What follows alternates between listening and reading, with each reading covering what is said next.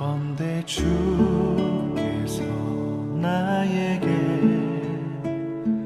복에 복을 더하사 나의 지경을 넓히시고 주의 손으로 나를 도우사 나로 환난을 벗어나. 어떤 율법 교사가 일어나 예수를 시험하여 이르되 선생님 내가 무엇을 하여야 영생을 얻으리까? 라고 물어봤다는 겁니다. 저는 그런 생각이 듭니다. 어떤 생각을 가끔씩 하냐면 제가 아직 많은 인생을 산 건 아니지만 그러지만 무슨 생각을 해보냐면 내가 과연 예수를 왜 믿는가라는 겁니다. 이것은 예수님이 이 땅에 오셔서 십자가에 달리시고 죽으시고 부활하시고 승천하시고 보혜사 성령을 우리에게 보내주신 후에 많은 사람들이 고민하고 걱정한 것 중에 혹은 생각한 것 중에 하나가 무엇이냐면 예수를 과연 왜 믿느냐라는 겁니다. 저는 그 질문에 대해서 항상 고민하는데 여기 앉아 계신 성도 여러분들 중에서는 목사가 돼가지고 그런 것까지 고민을 하는가라고 생각하시겠지만 원초적으로 혹은 원래대로 예수를 믿는 이유는 이 세상에 평화를 누리고 기쁨을 누리고 내가 잘 먹고 잘 살고 혹은 좋은 가정을 꾸리고 혹은 좋은 집에서 살고 좋은 차를 타고 혹은 좋은 무엇인가를 가지고 좋은 옷을 입으면서 떵떵거리면서 사는 것이 중요한 것이 아니라 예수를 믿으면 내가 죽어서 주님 앞에 갈 때에 구원받는 것이 중요하지 않습니까? 그런데 우리는 이것을 무엇이라 이야기하냐면 오늘 율법 교사가 이야기한 것처럼 영생이라고 이야기합니다. 그런데 이 율법 교사가 혹은 율법 학자가 혹은 랍비라고 불리는 이 사람이 영생에 대해서 이야기를 하는데 이 영생은 말 그대로 우리가 생각하는 우리가 죽어서 저 천국에 가서 주님 앞에서 기쁘게 찬양하고 즐겁게 노래하는 그러한 영생이 아니라 어떤 영생이냐면 이 땅에서 잘 먹고 잘 사는 혹은 이 땅에서 영원한 복을 누리는 그러한 삶을 영생이다라고 생각했다는 것입니다. 그래서 예수님께 물어봤죠. 영생하려면 무엇을 해야 합니까? 라고 예수님께 무엇을 했습니까? 시험하였다라고 합니다. 다시 말해서 시험하였다라고 하니까 궁금해서 물어보는 것이 아니라 어디 한번 예수님 당신이 얼마나 대답 잘하는지 한번 봅시다 라고 이야기했다라는 것입니다. 그랬더니 26절에 이렇게 말씀하시죠. 율법에 무엇이라 기록되었느냐 라고 말씀하셨습니다. 그랬더니 27절에 이런 이야기를 합니다. 그가 대답하여 이르되 내 마음을 다하고 목숨을 다하며 힘을 다하며 뜻을 다하며 주 너의 하나님을 사랑하고 또한 내 이웃을 내 자신과 같이 사랑하라 하셨나이다. 아멘. 율법학자는 이미 자신이 영생을 얻고 구원을 얻으려면 어떻게 해야 되는지 알고 있었다라는 것입니다. 무엇을 하는 겁니까? 하나님을 사랑하고 내 이웃을 내 자신과 같이 사랑하는 것이라는 것입니다. 그거에 대해서 이렇게 이야기를 했을 때 예수님께서 뭐라고 하시냐면 예수께서 이르시되 내 대답이 옳도다 이를 행하라 그러면 살리라 하시니 라고 말씀하셨습니다. 그러면 무엇만 하면 된다고 성경은 이야기하고 있습니까? 사랑. 첫째, 하나님 사랑하고 둘째, 내 이웃을 사랑하는 겁니다. 그런데 이 율법학자가 뭐라고 이야기를 하냐면 29절에 예수님께 이번엔 진짜 시험하려고 물어보는 것이 아니라 자신이 궁금해서 물어봅니다. 뭐라고 물어봅니까? 그 사람이 자기를 옳게 보이려고 예수께 여짜오되 그러면 내 이웃은 누구이니까? 이 사람이 과연 이웃이 누군지를 몰라서 물어봤을까요? 혹은 진정으로 내 이웃을 찾지 못해서 물어봤을까요? 예수님께서 생각하시는 이웃이 누굴까라고 궁금해서 율법학자가 물어봤다라고 이해할 수 있습니다. 이렇게 물어봤을 때 오늘 사실은 제가 본문을 읽으면서 사실은 37절까지 우리가 같이 읽어야 됩니다. 37절까지 같이 읽어야 되는데 37절까지 읽기에는 너무 많은 양이고 너무 길다 보니까 제가 여기까지 본문을 잡았습니다. 사실은 본문의 말씀은 이 뒤에 이야기인 사마리아 사람의 이야기가 중심이 될 수밖에 없습니다. 왜냐하면 내 이웃이 누구인지 그때부터 예수님께서 말씀하셨기 때문입니다. 그런데 30절부터 37절까지 우리 성경을 피셨으니까 한번 확인하시면서 혹은 보시면서 설교를 들어보시면 충분히 이해가 될 줄이라 믿고 말씀을 전하자면 먼저 예수님께서 그런 이야기를 합니다. 어떤 유대인이 어떤 사람이 어떻게 하냐면 예루살렘에서 여리고로 내려갑니다. 마치 지금으로 얘기하자면 서울에서 뭐 이천이나 용인 정도 되는 거리를 걸어갑니다. 그렇게 가고 있는데 강도를 만났다고 합니다. 강도를 만났는데 이 강도들이 어떻게 했냐면 그 사람을 거반 죽게 거의 죽을 정도로 때렸다라는 겁니다. 그리고 그 사람의 무엇까지 다 훔쳐갔냐면 그 사람이 입었던 겉옷까지 모두 훔쳐가버릴 정도로 이 사람들이 모든 것을 빼앗아 가버렸다는 것입니다. 여기에서 알 수 있는 것이 무엇이냐면 강도당한 사람이나 강도나 둘 다 가난하고 그리고 또한 아무것도 없는 사람이었다는 것을 알 수 있는 것이 빼앗긴 사람은 겉옷을 모두 빼앗길 정도로 말 그대로 도둑당할 것이 하나도 없었다라는 것입니다. 또한 강도들도 도둑해야 돼서 강도질을 해야만 살 수 있기 때문에 그렇게 살기 위해서 그 강도당한 사람의 겉옷까지도 모두 빼앗아 가버릴 정도로 매우 힘들고 어려운 사람들이었다라고 예수님은 말씀하고 있습니다. 그렇게 거의 죽게 된 사람이 강도에 의해서 맞아서 거의 죽게 된 사람이 길 가운데 누워 있는데 어떻습니까? 제사장이 먼저 그 길을 내려갑니다. 제사장이 내려가는데 그 내려갈 때에 어떻게 하냐면 멀리 서서 보니까 저 앞에 누군가가 다쳐서 누워 있는데 이 사람을 보고는 오던 길로 가다가 다른 길로 가버립니다. 왔던 길과 정반대로 돌아가 버립니다. 오늘 본문 말씀에 우리가 이 말씀에 보면 그렇게 적혀 있습니다. 다른 길로 갔더라.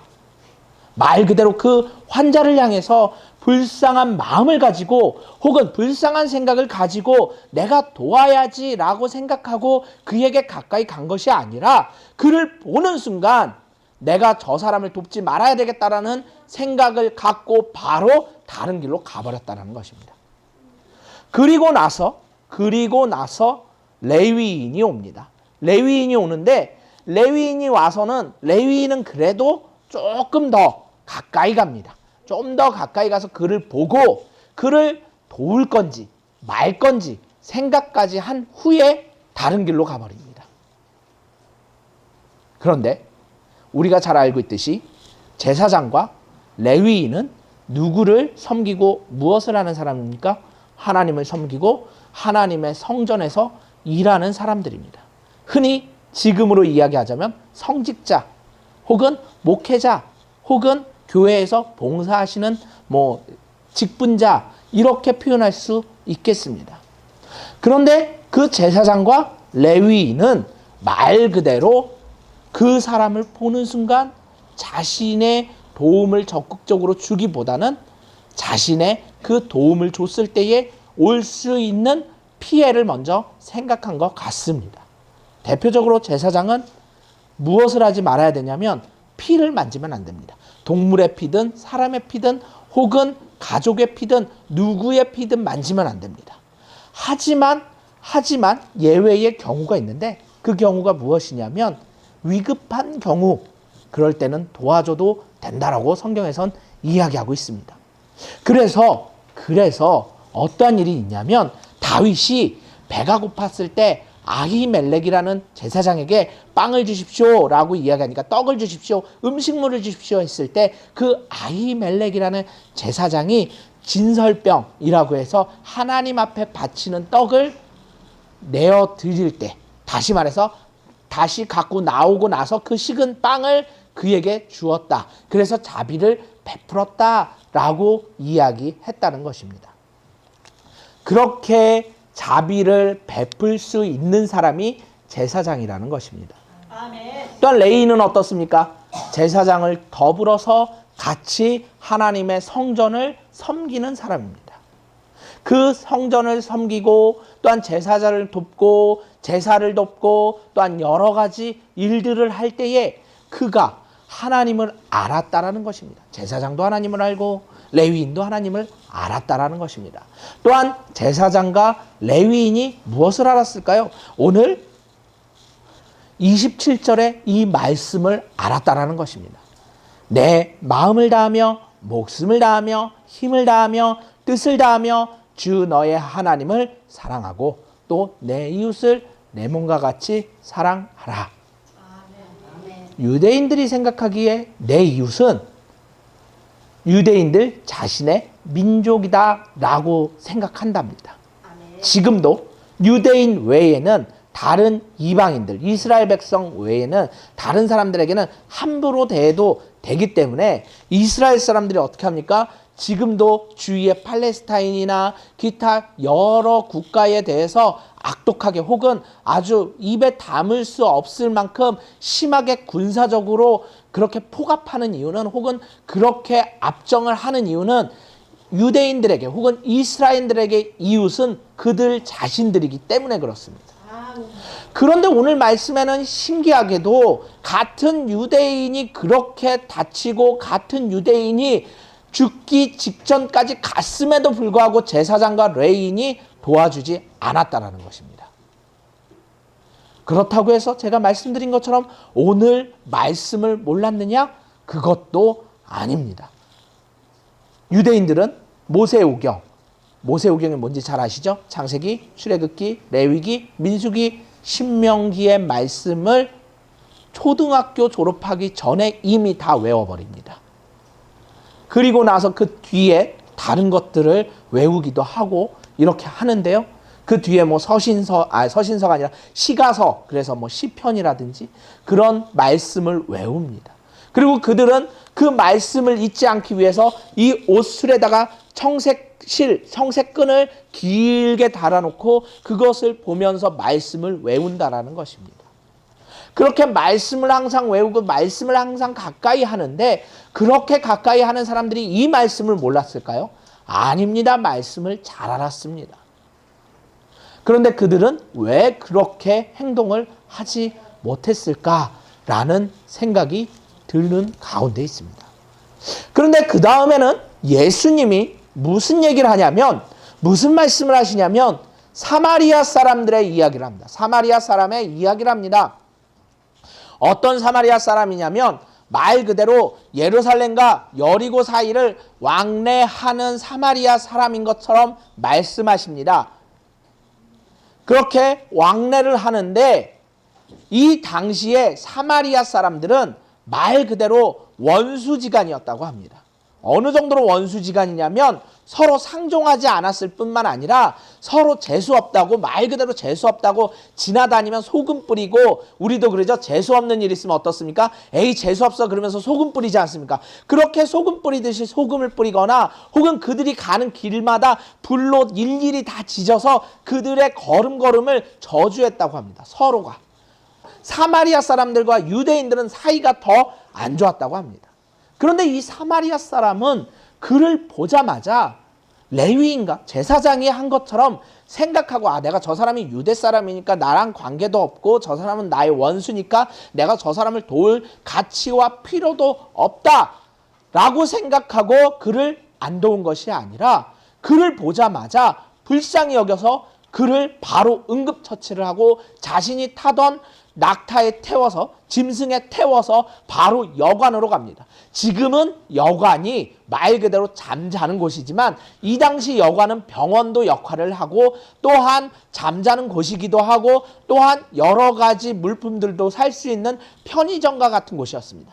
그래서 그곳에 가서 무엇을 하냐면 2데나리온을 주면서 이 사람에게 치료를 해달라. 필요한 것이 있으면 내가 갔다 와서 더 주겠다라고 이야기를 합니다.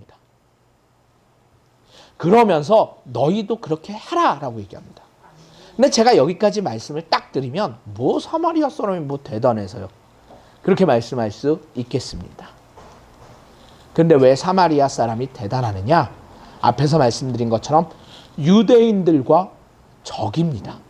그렇게 앙숙일 수가 없습니다. 요한복음 4장에 보면 예수님이 사마리아를 지나가시는데 수가성이라는 곳을 들어가십니다. 12시가 다 돼서 수가성의 한 우물에 이르러서 제자들은 먹을 것을 가지러 가고 그리고 예수님은 우물가에 앉아 있는데 한 여인이 물동이를 이고 그 더운 날씨에 쩔레쩔레 옵니다. 그렇게 오더니만 물을 뜨는데 거기에 대고 예수님이 뭐라고 말씀하시냐면 물 좀 달라라고 얘기하십니다.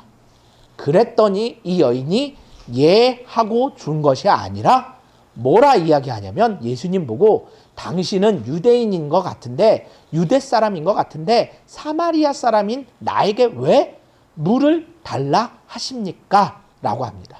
제가 아주 공손한 표현으로 물을 달라 하십니까? 라고 했죠.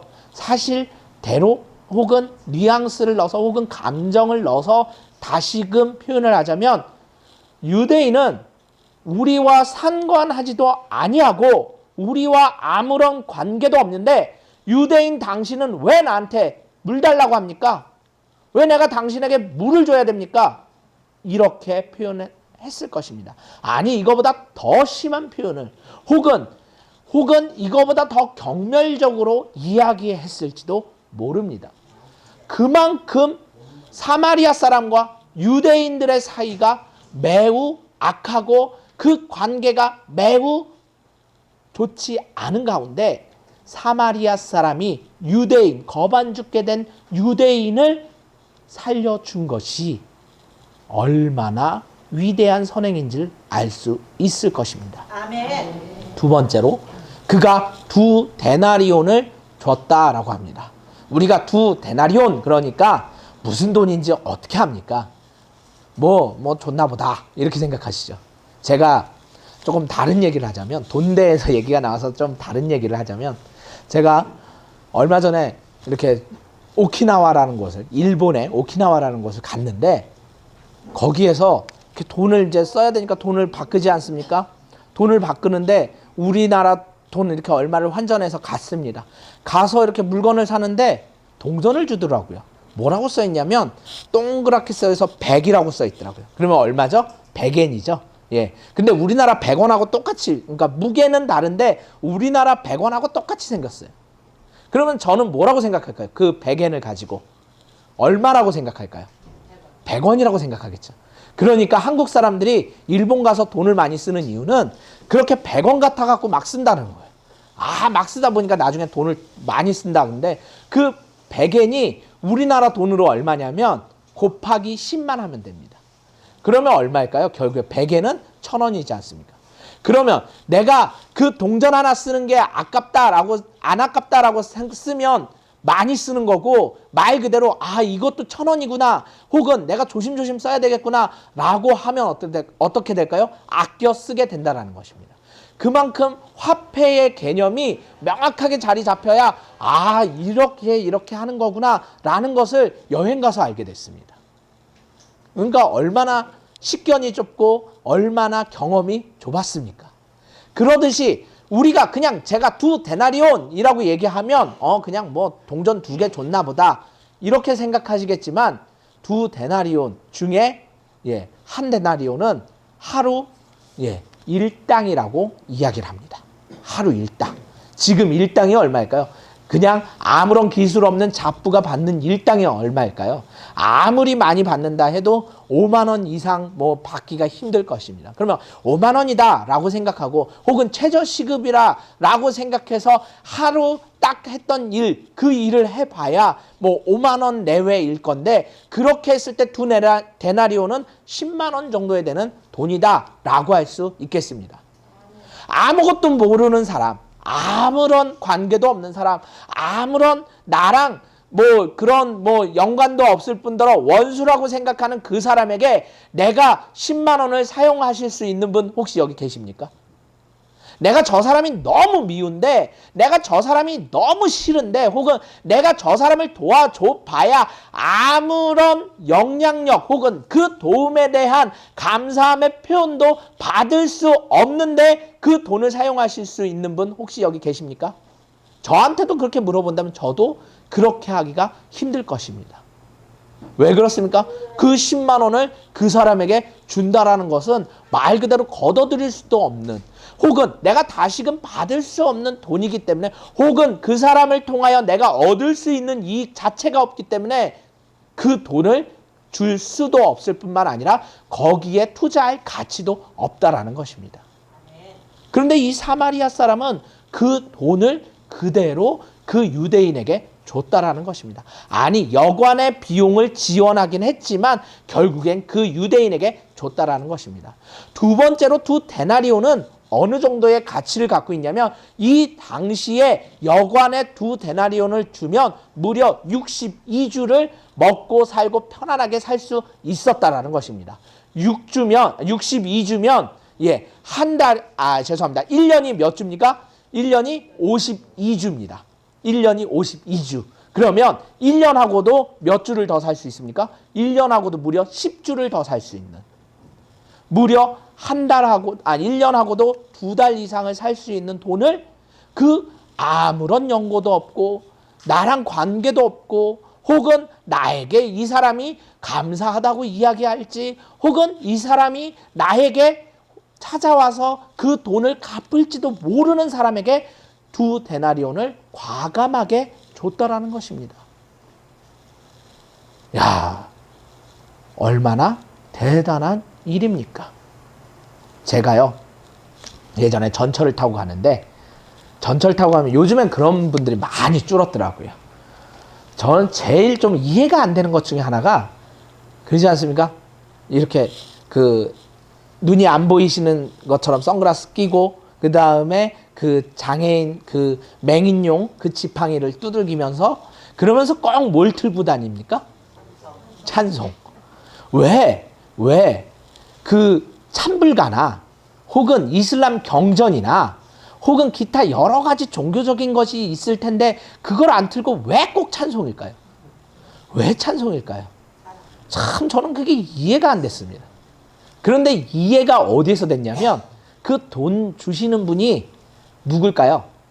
돈 주는 사람들이 대부분 누굴까요? 예수 믿는 사람들이더라고요. 예수 믿는 사람들이 그 사람을 불쌍히 여겨서 돈을 줍니다. 그런데 제가 충격적인 것을 봐서 그 뒤로부터 절대 돈도 안 주고, 누가 돈 주려고 하면 막는데, 거기 그 지하철이나 전철에서 그렇게 구걸하고 다니는 사람들 대부분이 진짜일까요? 가짜일까요? 가짜입니다. 가짜입니다. 제가 실질적으로 어떤 것도 봤냐면, 맨 끝칸에 가서, 그 사람도 참 그래요. 내리고 나서 해도 되는데 맨 끝에 가서 어떻게 하냐면, 선글라스를, 이게 제가 지금 쓰고 있는 안경이 선글라스라면 이것을 이렇게 올리더니 돈을 이렇게 세더라고요. 그러다 다시 내려서 장님인 것처럼 이러고 가더라고요. 야, 그 뒤로부터 저건 다 가짜구나. 그런데 얼마 전에 TV를 보니까 그런 얘기를 하더라고요. 두 모자가 있는데 급식소에서 밥 먹고 교회 다니면서 1,000원, 2,000원씩 돈을 받으면서 그러면서 하루 종일 돌아다니길래, 불쌍하고 가난한 사람인가 보다 하고 기자가 따라갔더니 무려 집이 2채나 있고 무려 2억이나 되는 집이 무려 2채나 있었다라고 하더라고요. 야, 또 저희 목사님이 한번 봤는데 모 교회, 큰 대형 교회 앞에 갔더니 거기에는 딱 자리 잡고 있는 구걸하는 사람이 있대요. 그렇게 구걸하는 사람이 있는데 그 구걸하는 사람이 불쌍해서 교인들이 예배 오갈 때마다 주는데 그 부인이 어느 날은 돈을 수금하러 왔는데 고급 세단차를 타고 와서 고급 옷을 입고 와갖고 돈을 가지고 가더래요. 그걸 목사님 직접 보셨대요. 야, 그걸 보면서 참 누굴 도와야 할까? 누구에게 선의를 베풀어야 할까? 라는 생각이 너무 많이 드는 가운데 있습니다. 그렇기 때문에 그러한 현실들을 보니까 무슨 생각이 드냐면 제가 앞에서 말씀드린 것처럼 내가 예수를 왜 믿는가? 우리가 예수님을 왜 믿는가? 라는 것을 고민할 수밖에 없다는 것입니다. 왜냐하면 예수님은 내 이웃을 내 몸과 같이 사랑하라 라고 하셨는데 내 이웃들은 어떻습니까? 가면 갈수록 경제적으로 물질적으로 혹은 기타 여러 가지 방법으로 내 경제적인 이득을 말 그대로 속여가면서 뺏어가려고 하는 사람들이 주위에 많지 않습니까? 이러면서 내 이웃이 과연 누군가, 내가 사랑해야 할 사람들이 누군가라는 기준이 점점 명확해지지 않는 가운데 있습니다.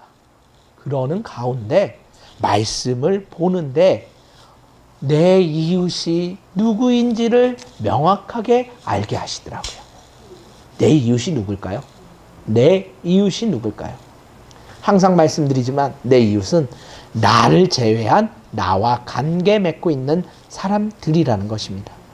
그러면 내 가족도 내 이웃일 거고 내 자식도 내 이웃일 거고 내 부인도 혹은 내 남편도 혹은 내 어머니도 아버지도 이웃입니다.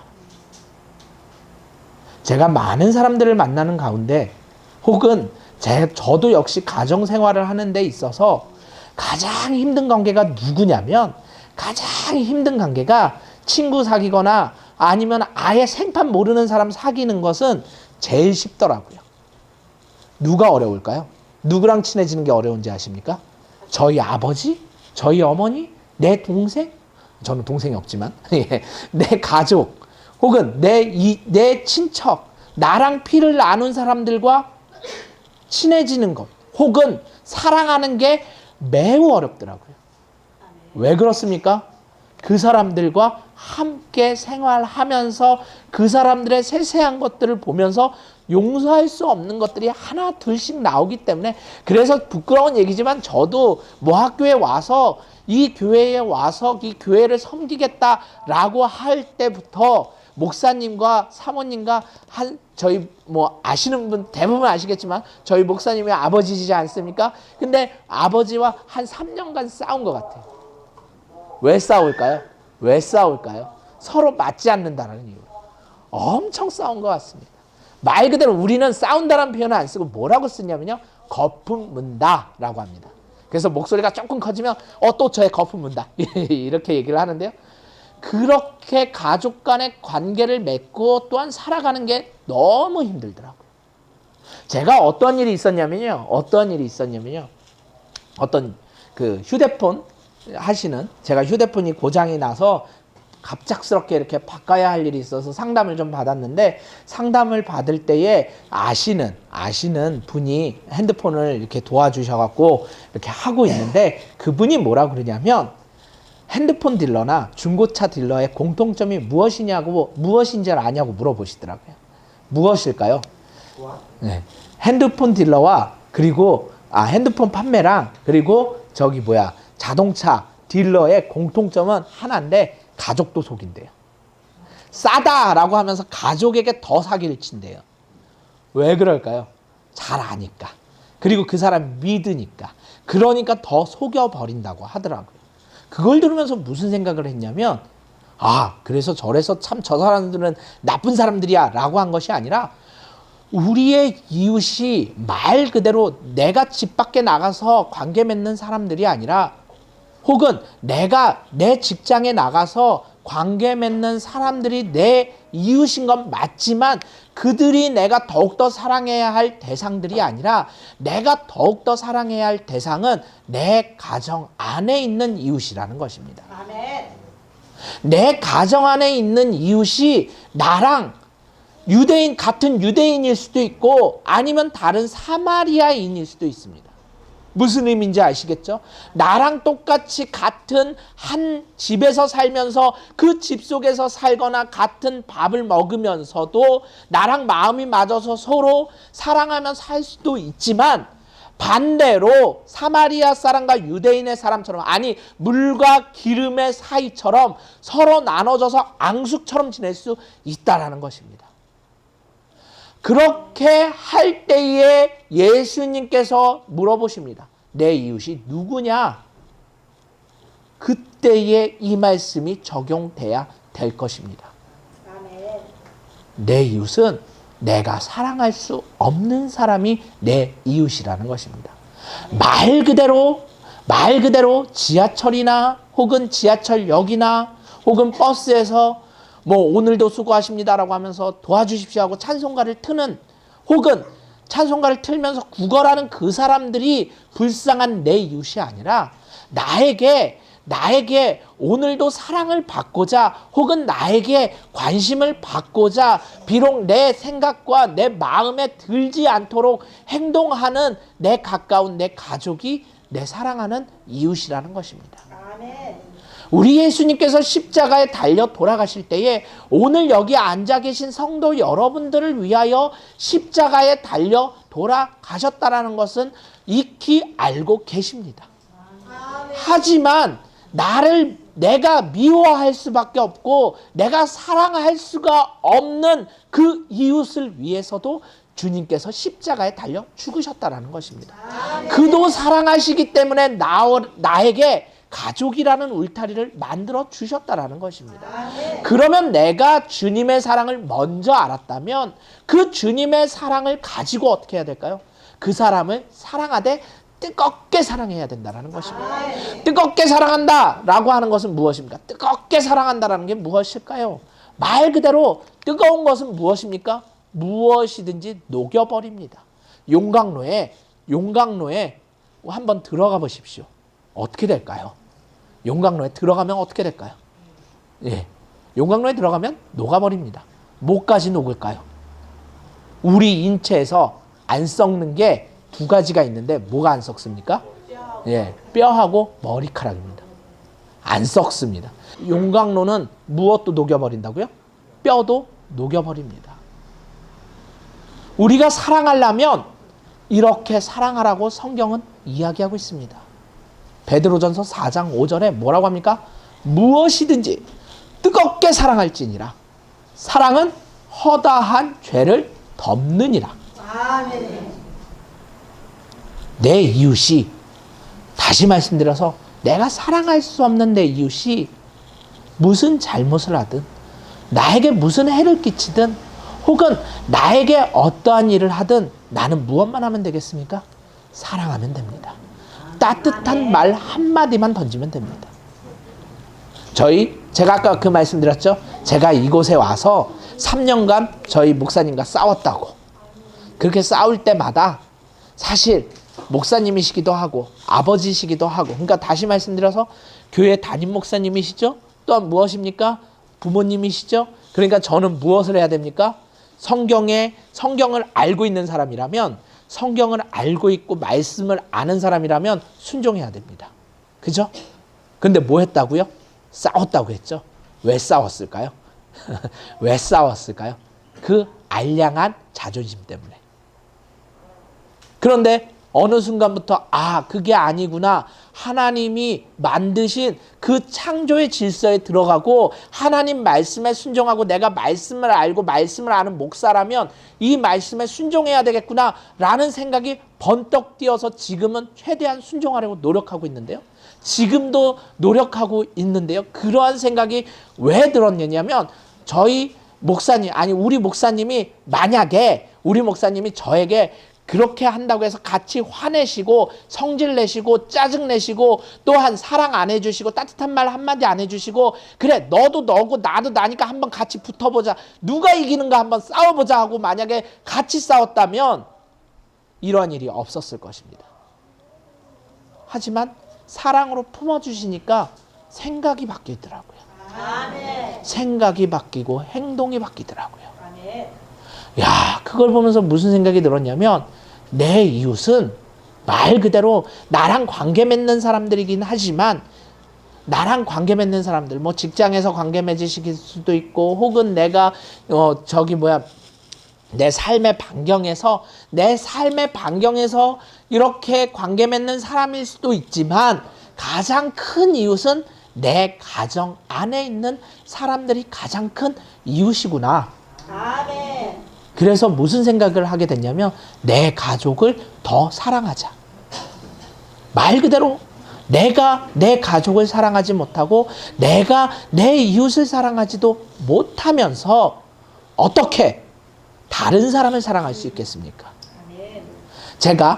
제가 어떤 이야기를 하냐면 고기를 먹으려면 어떤 사람이 고기를 잘 먹을까요?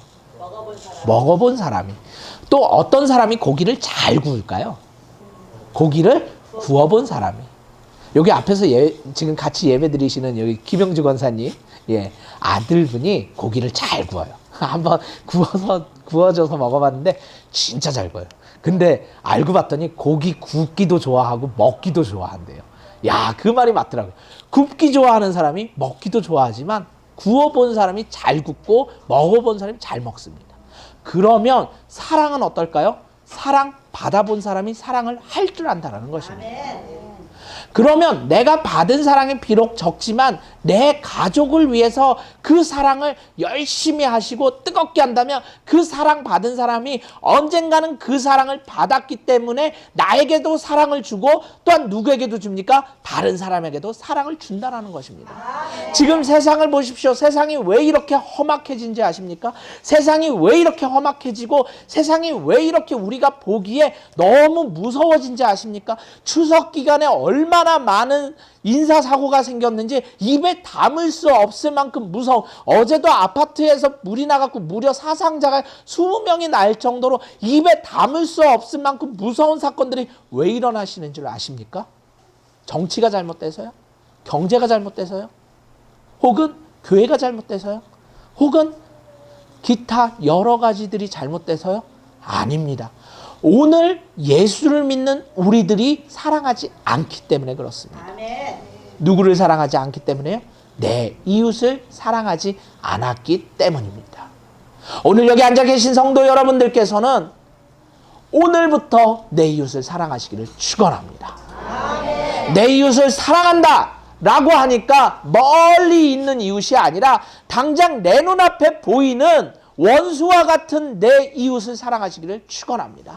사마리아인도 그 유대인을 봤을 때 원수처럼 생각을 했겠지만 원수라는 걸 알고 있었지만 그를 불쌍히 여기고 보았을 때 그가 친히 다가가서 그에게 말 그대로 붕대로 감아주고 포도주를 부어주고 짐승에 태워서 여관에 데리고 가서 그를 위하여 무려 2데나리온을 사용하고 또한 그 이후에 무엇을 이야기하냐면 내가 돌아올 때에 부족한 것이 있다면 그것을 채워주겠다라는 선의를 아낌없이 베풀었습니다. 아멘.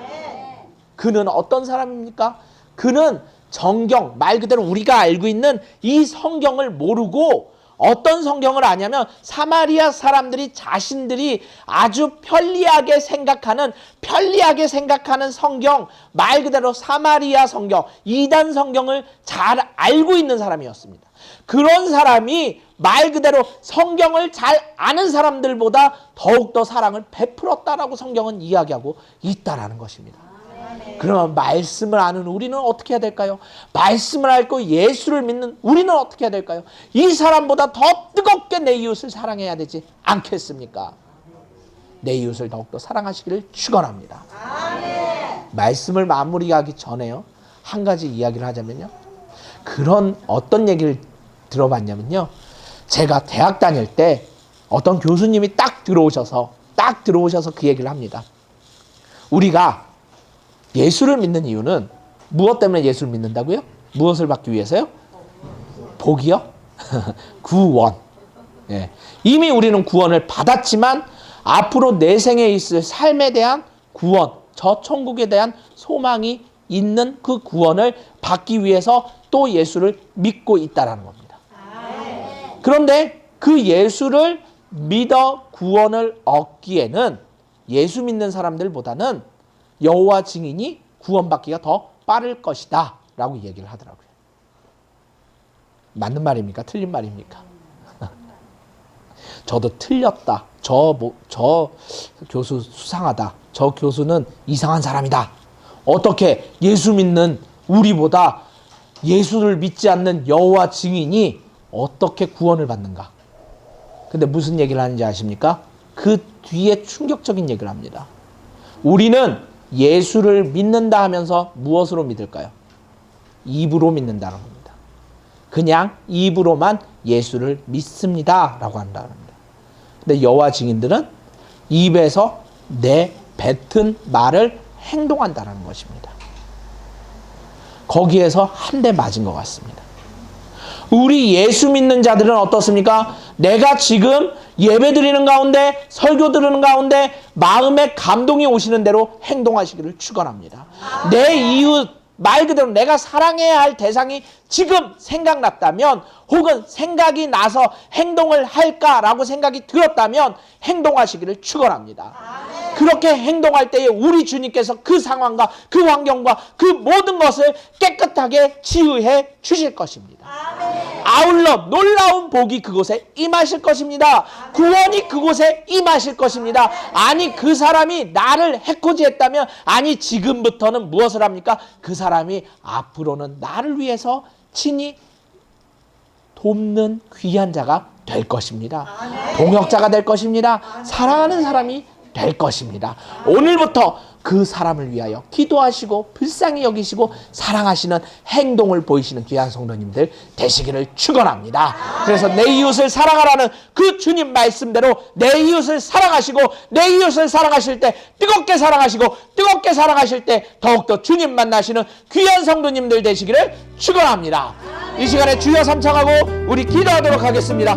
주여, 주여. 내